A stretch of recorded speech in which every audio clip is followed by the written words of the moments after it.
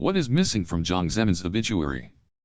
December 5, 2022 by Li Ming, minghui.org. The Chinese authorities published an obituary on November 30, announcing the death of former Chinese Communist Party, CCP, leader Jiang Zemin. The obituary claimed Jiang was an outstanding leader of Communist China, yet it failed to mention some basic facts about him. For example, he rose to the top position for his active role in cracking down on the student democratic movement in 1989, he betrayed China by giving away land to Russia, he turned China into a corrupt state, and he undermined China's moral foundation by persecuting Falun Gong. Jiang rewrote history. Jiang Shijun, the father of Jiang Zemin, was part of two traitorous organizations, Peaceful National Salvation and Nanjing Temporary Maintenance Committee. In later November 1940, he joined the government of Wang Jingwei in Nanjing City, Jiangsu Province, a traitorous puppet regime of the Japanese. According to Anything for Power, the real story of China's Jiang Zemin, published in 2005, Jiang Shijun was appointed as a vice minister in the Ministry of Propaganda of the Wang government as well as a head member of the institution's editorial committee. Along with other traitors such as the notorious writer Hu Lanqing, Jiang Shijun was given many awards by the invading Japanese for his excellent performance. Jiang Shijun had high expectations for his son Jiang Zemin, so he sent him to Nanjing University Young Leaders Training Session, a special agents training facility of the puppet regime. The session was held under the name of Nanjing Central University, so Jiang Zemin and other trained special agents were actually admitted to Central University. Because the invading Japanese army later monopolized the puppet regime's opium business, Jiang Shijun and other officials at the Ministry of Propaganda organized student protests in 1943 against opium shops controlled by the Japanese. His son Jiang Zemin led the efforts. The CCP has never openly acknowledged Jiang Zemin's history of being born into a traitor's family and being involved in special agent training. When he hired an American investment banker and author Robert Lawrence Kuhn to write a biography in 2005, Jiang changed that part of history by claiming he had joined student movements led by the underground CCP in 1943. Jiang also fabricated another piece of information, claiming that he was adopted by his uncle Jiang Shangqing, a CCP member, at age 13. Few people knew Jiang Shangqing was already dead at the time, but this adoption lie nonetheless covered up Jiang's traitorous legacy. Betraying China as a KGB special agent. After the CCP seized power in 1949, Jiang Zemin became an engineer. Based on the lie that he was the orphan son of martyr Jiang Shangqing, he was able to approach Jiang Shangqing's subordinate, Wang Dehan, who helped start his climb to success in the CCP's power hierarchy. But there were always surprises. When Jiang Zemin and 12 others were sent to Moscow for training in 1955, he played music, sang songs, and told jokes to get attention. The Soviet intelligence service KGB was interested in him. It turned out that when the Soviet Red Army entered China in 1945 to defeat the Japanese, they found complete files of pro-Japanese special agents' activities, including those related to Nanjing University Young Leaders Training Session. After discovering that Jiang Zemin was the son of notorious traitor Jiang Shijun and that he personally served as a special agent for the Japanese back then, KGB then assigned an undercover mistress, Klava, to seduce Jiang Zemin. As expected, Jiang fell into the trap and, just as he indulged himself in the affair, KGB agents showed up. They promised Jiang to keep his traitorous history and the affair with Klava confidential on one condition, that is, that Jiang join the Far East Bureau of the KGB and gather intelligence on Chinese students living in the Soviet Union as well as provide certain information regarding China, according to the real story of China's Jiang Zemin. And so it was that Jiang did, indeed, continue to work for the KGB upon returning to China from Moscow. The official mouthpiece of China's CCP government, the People's Daily, reported briefly on December 11, 1999, that Jiang Zemin and then Russian leader Boris Yeltsin signed in Beijing 3 Sino-Russian border agreements, which required China to cede the eastern section of the Sino-Soviet border, more than 1 million square kilometers, 390,000 square miles, of the Chinese territory, to Russia. While Jiang's biography highlighted nearly all his achievements, his high-level meeting with Yeltsin and the 3 border agreements were not mentioned at all. To put things into perspective, the ceded land was over 30 times the size of Taiwan. Of China's 9.6 million square kilometers of land, deserts and desertified areas constitute around 33% of all land, while seriously eroded land accounts for roughly 38%. Only less than one-third of all land is thus habitable. But the expansive and rich land Jiang gave away was vast and fertile, bequeathed from past generations, bountiful in forests and rich in minerals and oil, which were important resources. Because of this, many people referred to Jiang as China's biggest trader. But even Jiang's successors did not dare to reveal these scandals, since doing so would seriously endanger the CCP's glorious history and legitimacy. Corruption and seizing of fortune. Jiang climbed to the top CCP position because he suppressed the student democratic movement in 1989. He was incompetent when it came to managing the country, but he was well trained by his traitorous father to please others with talents such as playing music, singing, and more. There were quite a few embarrassing moments on the international stage. When Jiang visited Spain in late June 1996, the King of Spain, Juan Carlos, invited him to review the Guards of Honor. To King Carlos's surprise, at that very moment, Jiang took out a comb and proceeded to groom himself in the king's presence. During the welcoming banquet in his honor that night, Jiang sat to the right of the queen. Once again he combed his hair right in front of the camera.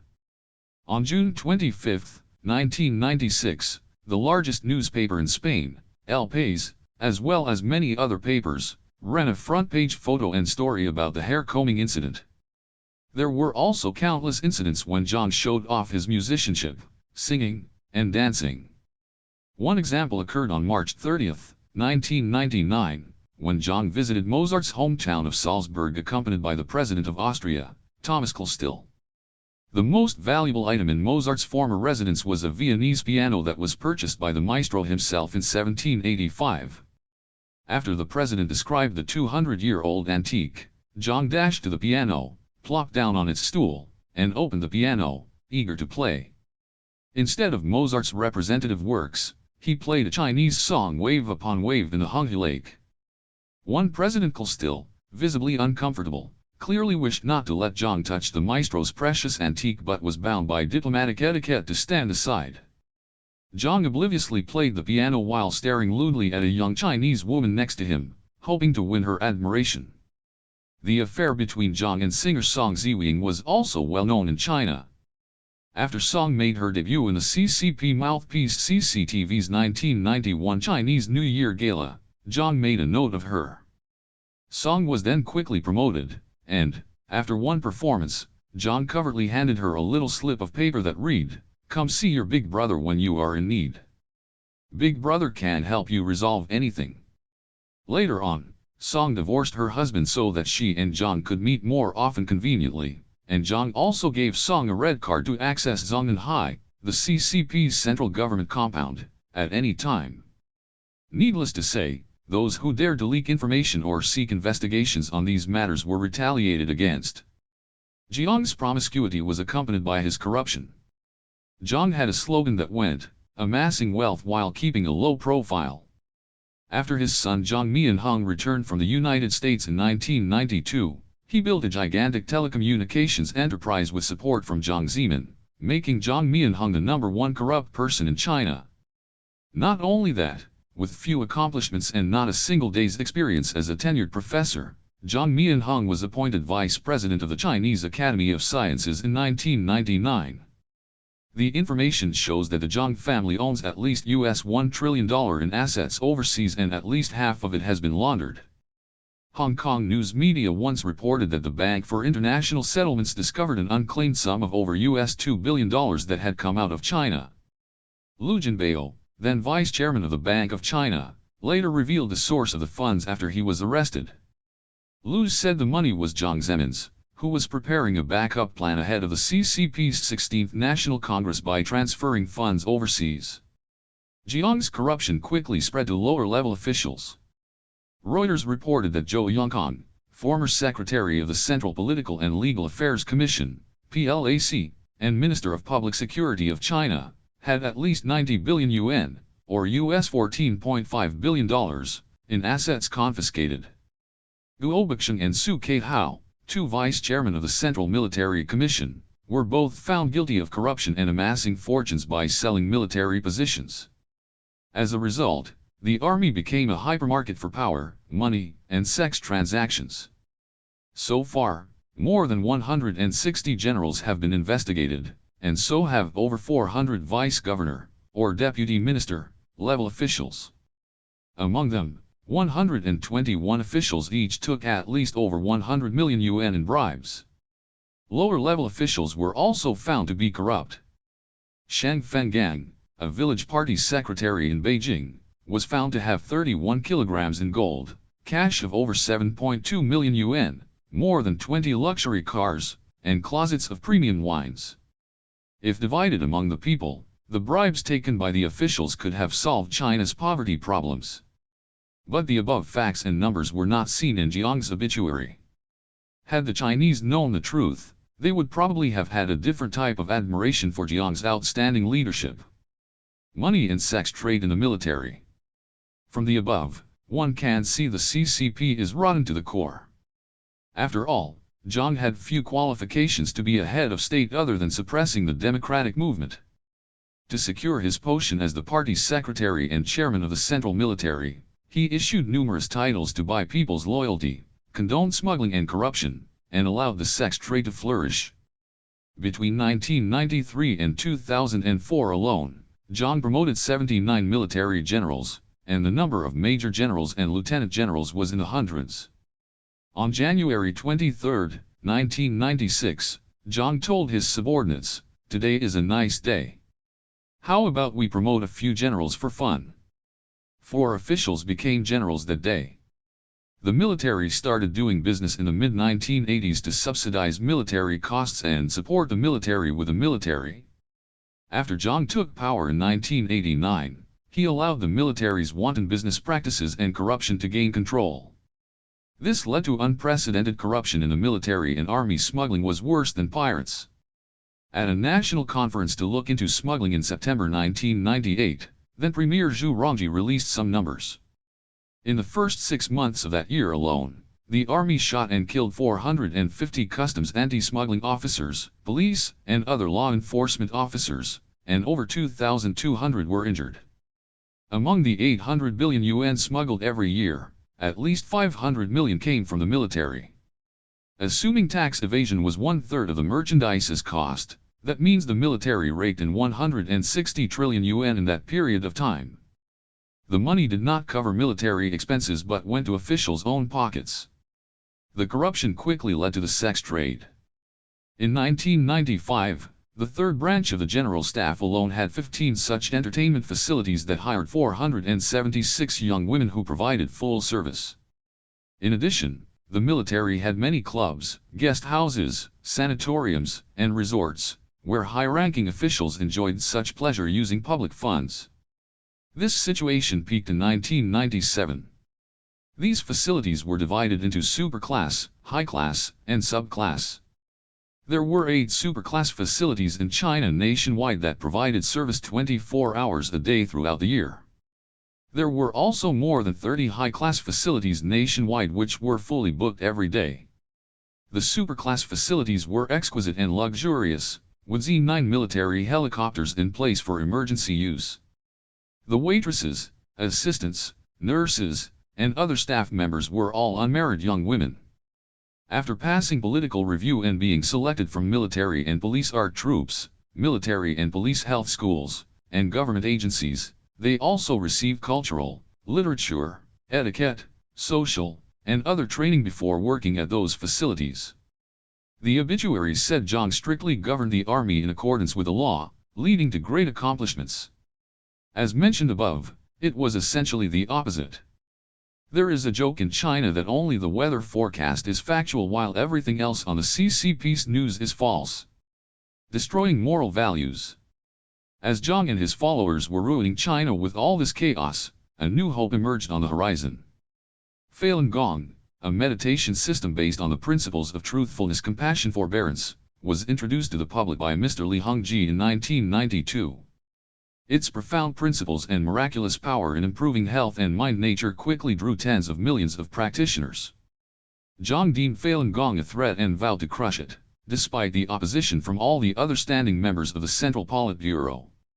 Claiming Falun Gong would jeopardize the party, he and his followers instructed the police, intelligence service, and news media to fabricate stories to denigrate Falun Gong. With no evidence, in his speech at the Politburo meeting of the CCP's Central Committee on June 7, 1999, he urged that efforts to quash Falun Gong be speeded up. This is a political struggle between the party and its enemies, both at home and abroad, over the allegiance of the masses and over the dominant position, he said. After he started the persecution in July 1999, Jiang vowed to eliminate Falun Gong in 3 months and issued the order to defame their practitioners' reputation, bankrupt them financially, and destroy them physically. In fact, at his order, an extrajudicial agency had already been established on June 10, 1999. It was known as the 610 Office. Functioning like the Gestapo, it penetrated all levels of government agencies with unparalleled power. The total cost of persecuting Falun Gong accounted for about 1/4 of China's GDP. Between 2002 and 2012, the expense of maintaining stability also exceeded that of the national defense. Falun Gong practitioners have no political agenda, they just want to be good people. Yet, Jiang and the CCP mobilized the state apparatus and resources to defame Falun Gong. The scale and the severity were beyond what went on during the Cultural Revolution and is unprecedented in history. All newspapers and television and radio stations produced and propagated lies to slander Falun Gong, such as misrepresenting the peaceful appeal on April 25, 1999, blaming Falun Gong for causing patient deaths, and staging the self-immolation incident on Tiananmen Square. In fact, according to an article published by Minghui on October 11, 2000, the 610 office had already planned a self-immolation incident to frame Falun Gong. The self-immolation indeed took place on January 23, 2001, the eve of the Chinese New Year. Because of their belief in truthfulness, compassion, forbearance, untold numbers of Falun Gong practitioners have been arrested, detained, imprisoned, and tortured over the past 23 years.